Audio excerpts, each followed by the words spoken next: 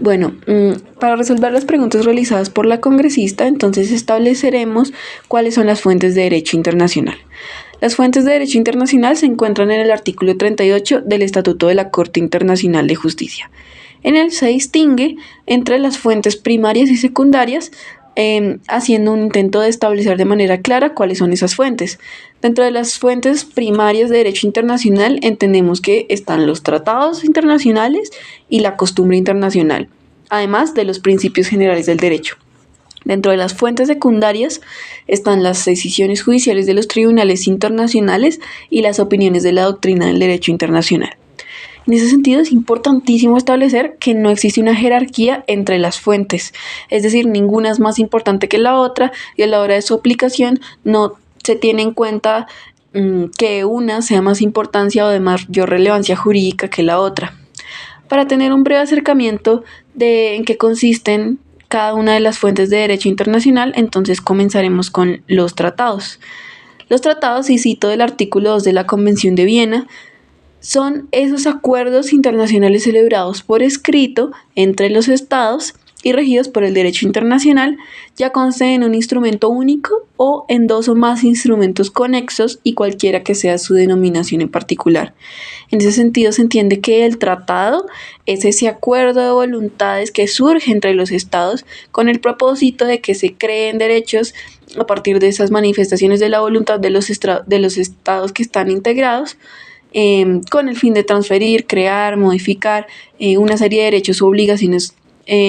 referentes a un tema. Pasando a la costumbre internacional, que es la siguiente fuente de derecho internacional, se entiende que la costumbre es esa fuente que hace referencia a la práctica generalizada, continuada que tienen esos estados y que adoptan por sentir que están jurídicamente obligados a ello. Entonces, la costumbre cuenta con dos elementos que la componen. El primero, el elemento material, es precisamente esa práctica, es precisamente esos actos realizados por los estados de manera generalizada, de manera continuada, en la que podrían verse obligados. Y el segundo, el elemento espiritual, también conocido como el opinio juris, que es ese elemento de la sensación, el sentimiento interior del Estado, por el cual se siente obligado, coercionado a seguir llevando una determinada conducta que asimismo lo hará obligarse. En ese sentido, y como todas las fuentes del derecho, es necesario que en la costumbre exista el elemento del consentimiento. En ese sentido, ningún Estado puede ser obligado sin el consentimiento y hay varias formas en las que pueden prestar su consentimiento, de manera tácita o cuando no lo objetan. Cuando lo objetan, existe la posibilidad de hacerlo de forma abiertamente manifestada a través de la figura del objetor persistente,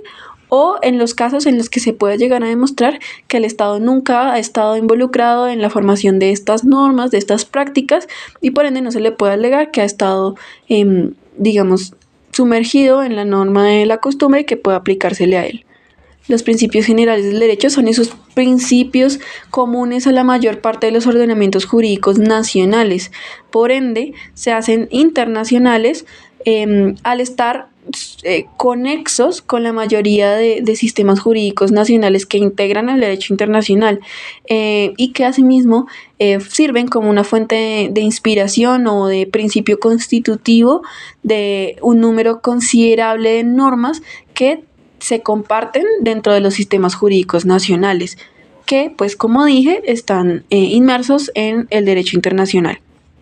Las decisiones de los tribunales y las opiniones de la doctrina son esas opiniones de los juristas destacados de derecho internacional que son medios de ayuda para la interpretación de esas normas, de esos acuerdos establecidos dentro del derecho internacional. Es así como ayuda a establecer, a reconocer cómo existe esa vinculación dentro de las normas y la práctica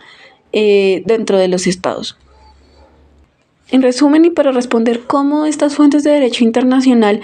podrían llevarse a la aplicación jurídica dentro de Colombia y dentro del sistema jurídico colombiano, se puede entender que, en resumen, hay varias formas en las que puede haber la integración. Una es de esos tratados internacionales ratificados por Colombia, también pues como se mencionó, esa práctica de la costumbre internacional que lleve a la adaptación de esas normas, asimismo esos principios internacionales que son compartidos en la Constitución y en el marco legal nacional y que jueguen un rol de adaptación e interpretación dentro de los mecanismos judiciales colombianos y las normas internas y la jurisprudencia,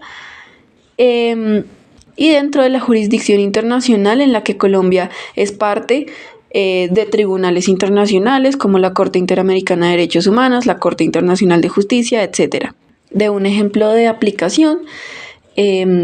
puede ser el bloque de constitucionalidad, en los que con riguroso análisis se lleva